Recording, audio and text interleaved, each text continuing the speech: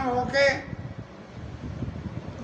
और पार्वती मैया के चित्त में अब ये संशय भगवत स्वरूप के बारे में तो संशय पैदा नहीं हुआ, लेकिन जो कथाकार थे इस कथा के, जिनका वर्णन शंकर जी महाराज ने किया, उस वर्णन के विषय में पार्वती मैया ने आखिर पूछ लिया कि महाराज ये भुषुंडी महाराज तो अपावन शरीर होते हुए इतने ज्ञानी, और गरुड़ जी महाराज भगवान के निकट रहते हुए भुषुंडी महाराज के पास जाके ये कथा सुनी, तो प्रभु ऐसा ये सब चरित्र क्या है। जीवन की एक बड़ी विविधता है कि जिस व्यक्ति को यदि कुछ जानने की इच्छा होती है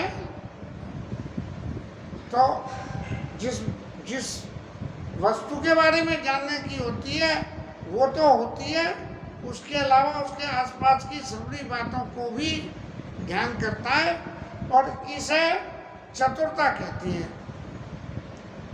तो इतनी राम कथा सुनने के बाद पार्वती मैया के चित्त में जो कहना चाहिए भगवान के प्रति भक्ति पैदा होना, और उस भक्ति जन्य भगवान के भक्तों के चरित्र को सुनने के लिए आतुरता चतुरता पैदा होना, एक खास विशिष्ट गुण पैदा हो गया।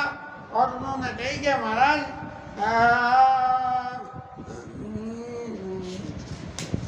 क्या है, राम परायण जानत और गुनागार मत दी, और नाथ कहे कहो प्रभु के कारण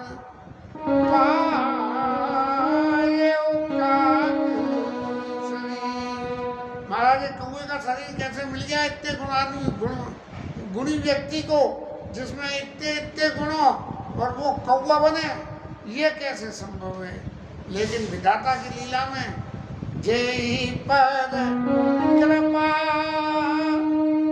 करई जन जानी, कभी उर अजीर नचावई मानी, कभी उर अजीर नचावई मानी। जिस पर जो कृपा करते हो भगवान, तो जब कृपा करते हैं भगवान तब क्या होता है, कवि और अजीर नचावर भाई, कवि के माध्यम से उस कवि के हृदय में उसकी वाणी को नचा देते हैं।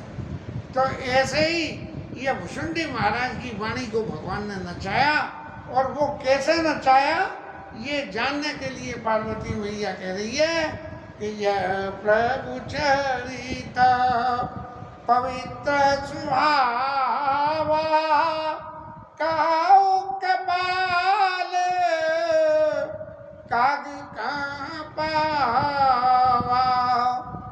ये भगवान के इस पावन चरित्र को इस अपावन शरीर से भुषुंडी महाराज ने कहाँ पाया, और फिर भुषुंडी महाराज ने पाया तो पाया, प्रभु आपको कैसे मिल गया। एक छोटी सी बात है, रहने के लिए कहीं मकान खोजने जाओ और कोई प्लॉट देखो तो वो कॉलोनी कौन सी है, उसमें कौन बिरादरी रहती है, जहाँ प्लॉट ले रहे हैं उसके बगल में कौन है, आगे कौन है, पीछे कौन है, कितनी तरफ किधर, पूर्व किधर, पश्चिम किधर, उत्तर किधर, दक्षिण किधर, ऐसी सब बातों को चतुर व्यक्ति ध्यान करते हैं, तब उसके बाद लेते हैं। तो ये तो छोटे से मकान की बात नहीं, लेकिन भगवत चरित्र सुन के जो उसके प्रति चित्त में श्रद्धा पैदा हो गई, उस पैदा हुई श्रद्धा से भगवान के भक्तों के बारे में जानकारी लेने की उत्कंठा पार्वती मैया के जीवन में पैदा हुई। और तब उन्होंने पूछा, तुम कई बात सुना मद नारी, तुम कई बात सुना मद नारी, सुना मद नारी, मदन का कामदेव का मद मिटाने वाले मदनारी, मदन अरि मदनारी कौ मोही अति कौतुक भारी। महाराज मुझे इसका चित्त में बड़ा कौतुक है। कौतुक माने जिज्ञासा मेरी जरूरत से ज़्यादा ही हो गई है, कि मैं इसको जानूं कि ये भुसुंडी महाराज कैसे ऐसे पवित्र पावन और बन गए। तब और इसके संग में एक समस्या और नई पैदा हो रही है, गरुड़ ज्ञानी गुण राशि हरि सेवक अति निकट निवासी। गरुड़ तो शहरी ज्ञानी है, भगवान के पास रहते हैं और उनके सेवक हैं और उनके अत्यंत पास रहते हैं। अब इतने पास रहने के बाद भी कैसे उनको ये ज्ञान में कमी आ गई कि उन्हें कौआ महाराज के पास जाना पड़ा सुनने के लिए। एक पक्षी तो पक्षियों के राजा गरुड़ और कौआ अपावन पक्षी, तो उनके पास जाना। और तेई के तो कागज न जाई, सुनी कथा मुनि निकर आई। अरे गरुड़ जी महाराज को जो है मुनियों को ऋषियों का संग कोई मुश्किल काम थोड़ी था, बहुत आसान था। और उस आसान काम में उनके पास न जाके गरुड़ जी महाराज को अपने बिरादरी के सबसे नीचे शरीर के पास में जाके और वो कथा सुननी पड़ी है। तो महाराज इस कथा की शुरुआत कैसे हुई? और शुरुआत हुई जो हुई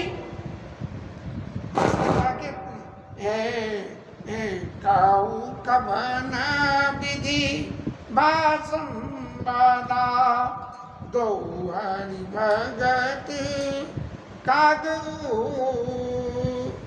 ज्यादा। दोनों भगवान के भक्त, और जब दो भक्त आपस में मिलते हैं तो भगवान की चर्चा करते हैं। तो महाराज वो चर्चा होने का कारण कैसे बना, किसने पहले क्या कही, किसने कैसे ऋषि। अब वहाँ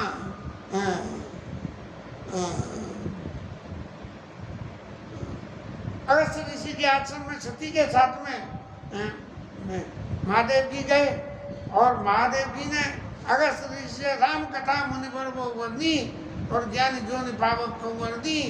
और फिर जब कथा सुन ली शंकर जी महाराज ने, तो उन्होंने पूछा अगस्त्य ऋषि से कि महाराज कथा कहीं भी किसी से सुने तो पलटे में कुछ दक्षिणा जरूर दे।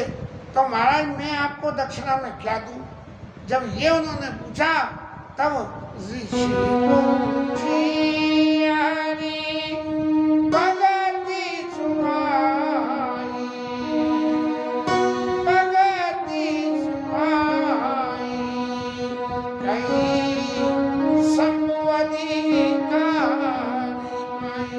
शंकर जी ने, जिनको रामचंद्र जी की कथा भगवान के चरित्र सर्वत याद हो, तो फिर भगवान की भक्ति को कैसे प्राप्त करा जाए, ये उन्होंने पूछी शंकर जी से। और शंकर जी ने ये समझ के कि ये अधिकारी पात्र हैं अगस्त्य ऋषि, इनको राम जी की भक्ति कैसे प्राप्त हो, ये सिखाने की जरूरत सती मैया संग में थी। लेकिन उसने इन बातों को कोई ध्यान नहीं दिया। लेकिन चर्चा कैसे शुरू हुई, राम कथा से शुरू हुई दोनों के बीच में।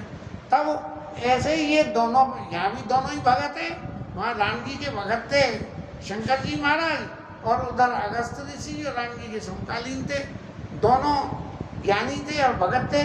और यहाँ जो है कौआ महाराज जो है ज्ञानी और भक्त, और हरिसेवक निकट निवासी गरुड़ जी महाराज। लेकिन उन्हें फिर भी जो है कौआ महाराज के पास जाके कथा सुननी पड़ी। तब जो है इस संशय, ये जो संशय वाली बात, ये संशय के एक स्वरूप में, संशय के एक स्वरूप में शंकर जी को सती का परित्याग करना पड़ा था। तो अब शंकर जी ये नहीं चाहते हैं कि पार्वती के जीवन में कोई फिर ऐसा संशय आ जाए जिस संशय के वशीभूत होके मेरे को फिर कोई नई लीला रचनी पड़े। तब गौरी जी शंकर जी ने संबोधन क्या करा कि गौरी जी दिया, गौरी उनका नाम है गौरी, गौरवड़ती इसलिए गौरी जी सरल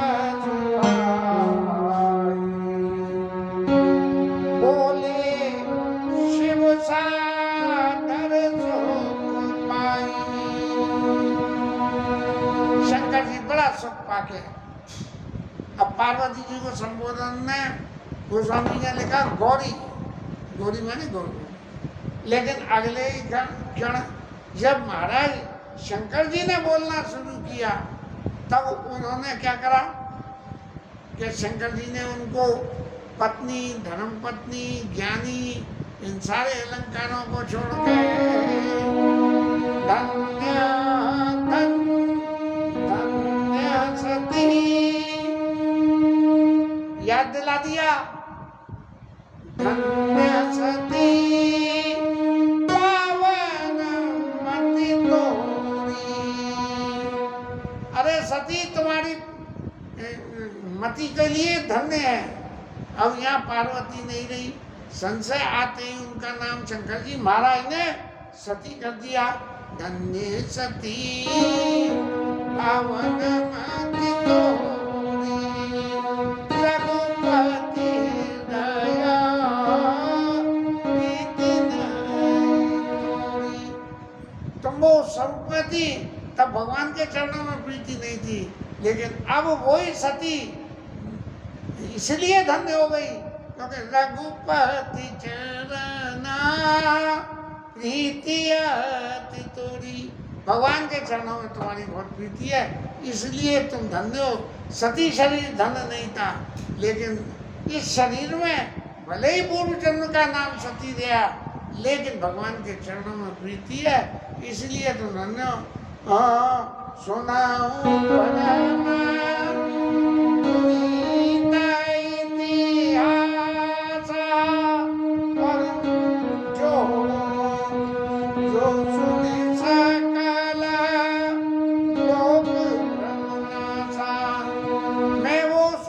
को कहता हूं।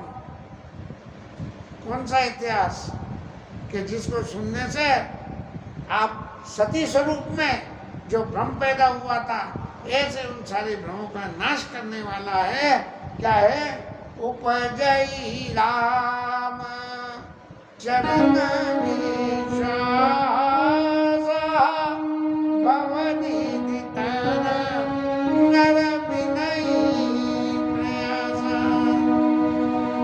ऐसी कथा मैं आपको कहने जा रहा हूँ कि जिसको सुनने से राम जी के चरणों में प्रेम पैदा हो और नर भव नहीं प्यासा, सिर्फ उसको श्रवण मात्र से ही मुझे संसार सागर से पार हो जाता है।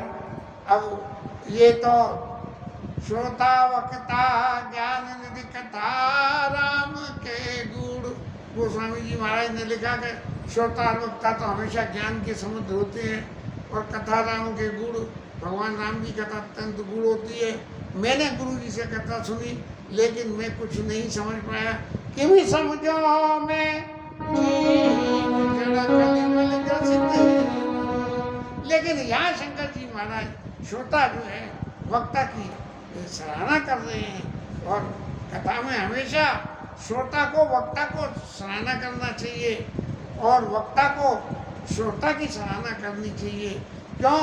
कि यदि जीवन में श्रोता वक्ता के प्रति अवगुण का दर्शन करने लगे तो कथा हृदय में नहीं आएगी, और वक्ता श्रोता में अवगुण का दर्शन करने लगे तो उसके हृदय में भी कथा नहीं आएगी। इसलिए पार्वती जी ने शंकर जी को सराहा, शंकर जी ने पार्वती जी को सराहा। अब शंकर जी ने मैं कथा सुनी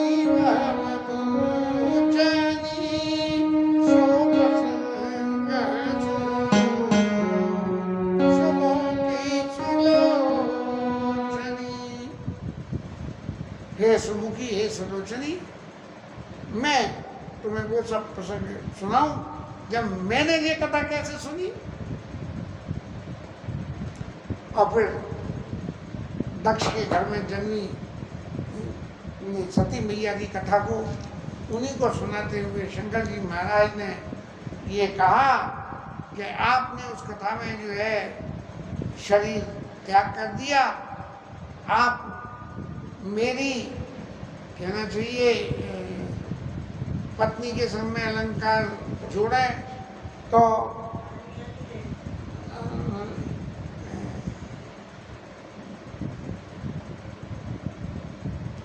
पत्नी के संग में यदि अलंकार जुड़े तो सबसे बड़ा अलंकार पतिव्रता ही होता है। और प्रथम दक्ष के तब अवतारा सती नाम तब रहा तुम्हारा, और सती नाम तब रहा। दक्ष यज्ञ तब भाव माना, तुम अति क्रोध तजे तब प्राणा। पार्वती जी को सती मैया की कथा सुनाते हुए शंकर जी कह रहे हैं कि दक्ष के यहाँ यज्ञ में आपका अपमान हुआ। लौकिक दृष्टि से यदि देखें तो अपमान किसका होता है? अपमान उसका होता है जिसके मान होता है, और शंकर जी को तो कहीं मान ही नहीं है। कोई मान नहीं, कोई मद नहीं, कोई मोह नहीं, बिल्कुल दिगंबर रहते हैं। और उन्हें कुछ भी इस बात का ज्ञान नहीं है कि क्या हो रहा है क्या नहीं हो रहा है। उन्हें सिर्फ भगवान की भक्ति से मतलब है। तब शंकर जी माता कह रहे हैं दक्ष यज्ञ तब भा अपमाना, तुम्हारा अपमान हुआ, मेरा अपमान नहीं था। क्या हुआ तुम्हारा अपमान? के सब यद्यपि जग दारुण दुख नाना, सब कठिन जाति अपमाना। इस संसार में जाति का अपमान सबसे कठिन होता है। और आपके संग कोई कथा हुई कि आप विवाह होकर हमारे घर आ गई, आपकी जाति हमारी जाति से मिल गई, और वहाँ आपके पियर में यज्ञ हुआ और निमंत्रण आपको दिया नहीं, आप वहाँ चले गए। आपका तो अपमान हुआ सो हुआ ही, लेकिन उसके संग में जब आपने जाके देखा कि यज्ञ में शंकर को भाग नहीं मिला, तब आपको चित चढ़े हुए शंकर कहो और प्रभु अपमान समझ क्या हृदय देहु। ऐसा जो है जब शंकर जी ने मना करी थी क्या नहीं, जदपि मात पितु प्रभु गुरु गया जाए बिन बोले न संदेहा, तदपि विरोध मान जो हुई ता गए कल्याण न होई। इसलिए आप मत जाइए। लेकिन तब उनके चित्त में चढ़ा के सबसे कठिन जाते माना। इसलिए शंकर जी यहाँ कह रहे हैं दक्ष दे तब बाप माना, और तुम अति क्रोध तजे तब प्राणा। आपने जो क्रोध में आके शरीर को त्याग कर दिया, तब आपके वियोग में मैं वन डोला, मैं वन डोलूं महाराज, और वन डोलता गया। अब करूं क्या, भगवान का भजन करूं। गृहस्थी का तो कोई बंधन था ही नहीं, थे जब भी नहीं था, लेकिन इतना जरूर था कि पत्नी के संग साधना करने में कुछ ज़्यादा फल मिल जाता है। पत्नी करे न करे, पत्नी करे उसमें पति को भाग नहीं मिलता, लेकिन पति करे तो पत्नी को भाग मिल जाता है। इस तरह से अब आप थे नहीं तो अकेले मेरे भाग से जो मिलना था वो मिलता था। इसलिए मैं गिरि सुमेर उत्तर दिश दूरी नील शैल एक सुंदर गुरी। सुमेरु पर्वत पे एक नीलगिरी नाम की चोटी पे बड़ा अत्यंत सुंदर हमने स्थान देख के वहाँ पे एक क्या नाम है, एक सरोवर जिसका नाम सुंदर वन गिरि सहित लागा, कौतुक देखत विरागा। गिरि सुमेर उत्तर दिश पूरी नील शैल एक सुंदर पूरी। नील नाम का एक है सुंदर पर्वत, और दास कनकमय शिखर सुहाए। उसके बिल्कुल सोने कैसे चमकते हुए शिखर थे, जैसे सोना जड़ दिया हुआ है। और चार मोरे मन भाए। उसके चार पर्वत की चार चोटियां, माने नीचे से चार तरफ जाके और ऊपर कुछ फ्लैट स्थान बन गया, वो चोटी हो गई। तो वो मेरे को देख के बड़े अच्छा लगा। और तिन पर एक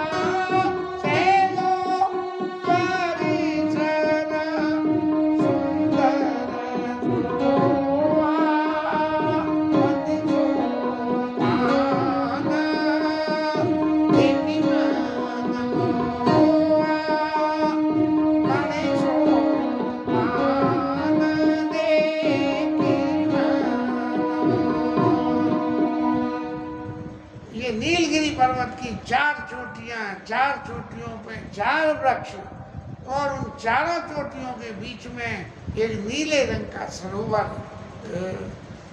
और उस सरोवर के चारों किनारे पे मणियों की सीढ़ियां बनी हुई। जहाँ तक समझ में आता है, मणि शब्द माने वो चीज जिसकी चमक कभी खत्म न हो। जैसे नर शिरोमणि, कवि शिरोमणि, इस तरह से। तो मणि शब्द जिसके संग में लग जाए, मणि शब्द का अर्थ ये हुआ कि उसकी जो साधुता या उसके जो गुण हैं वो कभी खत्म न हो। तो मणि सोपान देखी मन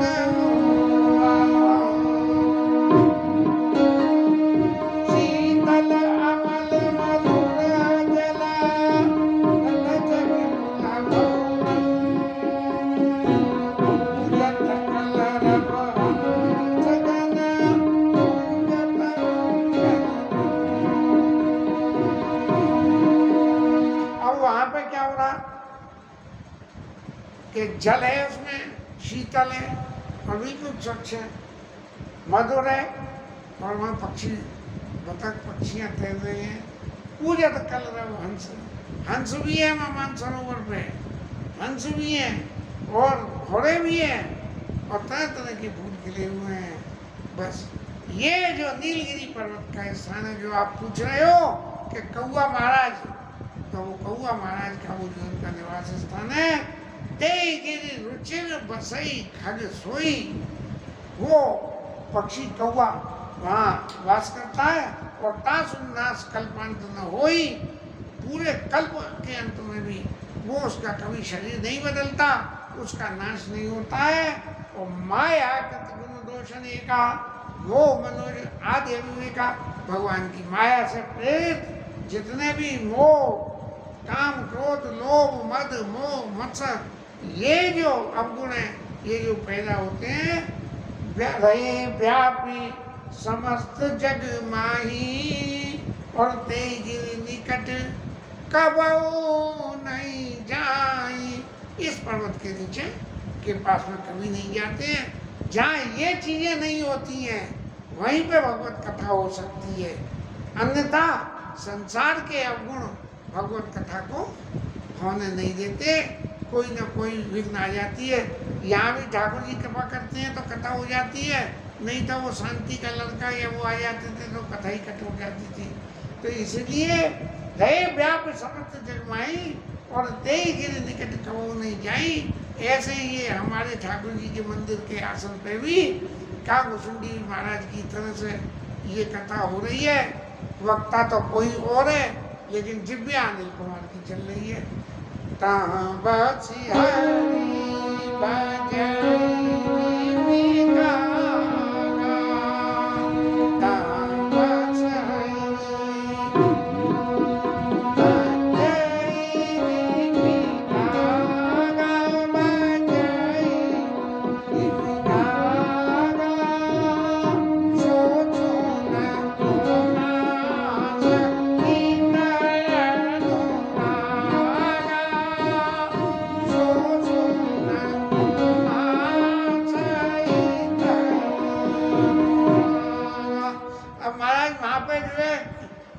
काकभुसुंडी महाराज कैसे भजन करते हैं, इस बात को आप सुनो।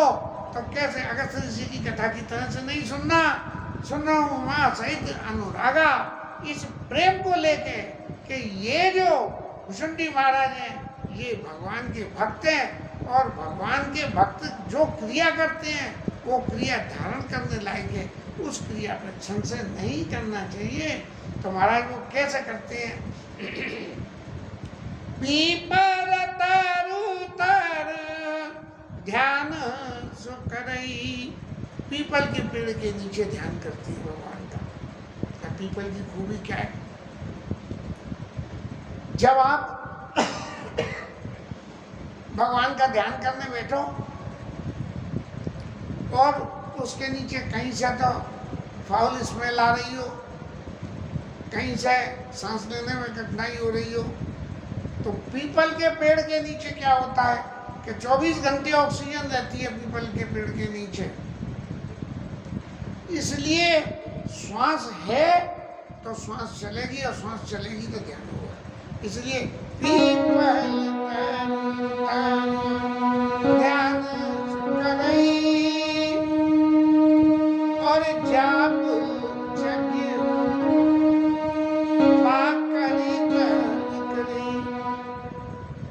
आम की पापड़ी होती है पतली पतली सी, वहां बैठ के भगवान का जो जप और यज्ञ करते हैं। अब जब ये पाकर की लकड़ी बड़ी सॉफ्ट लकड़ी होती है, अपने आप ही ऊपर से सूख के मिल जाए तो यज्ञ करने के लिए लकड़ी भी इकट्ठी करने की जरूरत नहीं है।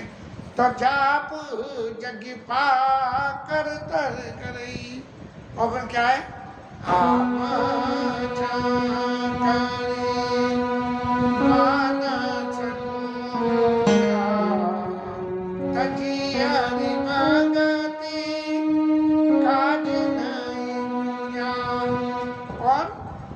भगवान के मानस राम चरित्र की आम छा करी मानस पूजा, वो भगवान के मानसी पूजा, वहाँ उसके नीचे बैठ के मानसी पूजा और प्रत्यक्ष पूजा, इन दोनों पूजा में फर्क है। प्रत्यक्ष पूजा के लिए साधन करना पड़ता है। ठाकुर जी को स्नान कराना है तो गंगा जल, चंदन, कपड़े लत्ते सब कुछ चाहिए। लेकिन जब मानसी पूजा करनी है तो ठाकुर जी का ध्यान करके और मन में ये भावना करनी है कि हम भगवान को चंदन लगा रहे हैं। अब मैंने कुछ देव पूजन के संबंध में पुस्तकों में पढ़ के और पूजा करना शुरू करा तो एक बात पकड़ में आई मेरी कि यदि पूजा में के साधन में किसी वस्तु की कमी हो जाए तो एक मंत्र के अंत में दुग्धम समर्पयामी, अब दूध तो है नहीं तो दुग्धम समर्पयामी बोले क्या कर रहे हो, भगवान को लल्लू बना रहे हो? नहीं, बोले एक मंत्र जोड़ दो, मनसा परिकल्प समर्पयामी, मानसी रूप से मैं आपको दूध से स्नान करा रहा हूँ। तो आंबूजा मानस पूजा, ऐसे मानसी पूजा जो है आम के वृक्ष के नीचे बैठ के, क्योंकि आम की अमराई की छाया शीतल होती है और जब शीतलता बनी रहे तब जो है मानसी पूजा में मन लगेगा। नहीं इधर से एक लू का थपेड़ा आया पड़ा और जो अरे यार बड़ा गर्म हो गया तो ध्यान बच जाएगा।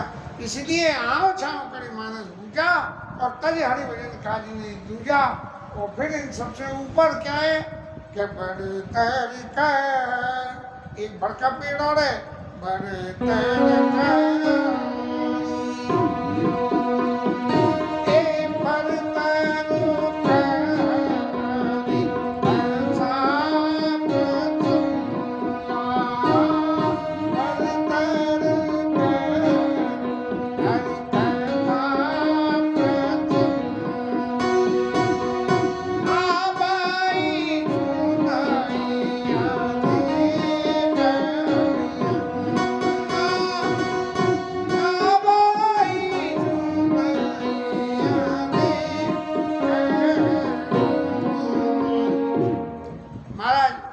बड़ के पेड़ के नीचे। बड़ की खूबी क्या है, बड़ तो अक्षय होता है, कभी खत्म ही नहीं होता।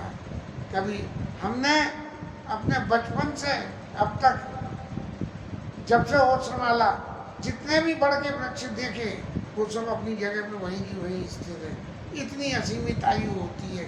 तो ऐसे ही भगवान का जो चरित्र है वो भी असीमित है।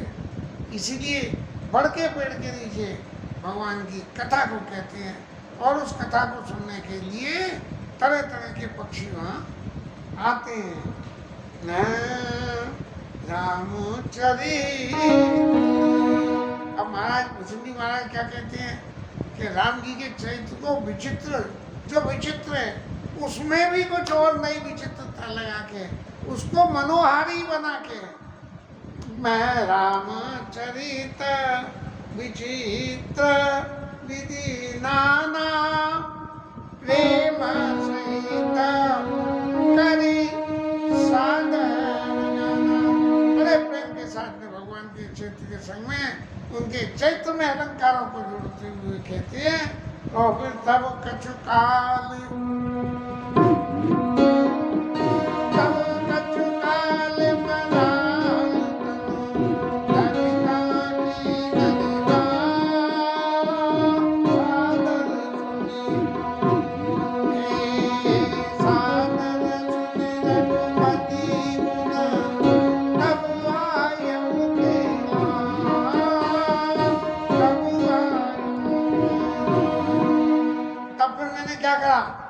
वहां पर जो है हंस का शरीर धारण कर लिया है। हंस की सबसे बड़ी खूबी होती है कि हंस में बुद्धि और विवेक ये दोनों चीज होती हैं। सगुन खीर अवगुण जल ताता और मिलई रचई पर पंच विधाता।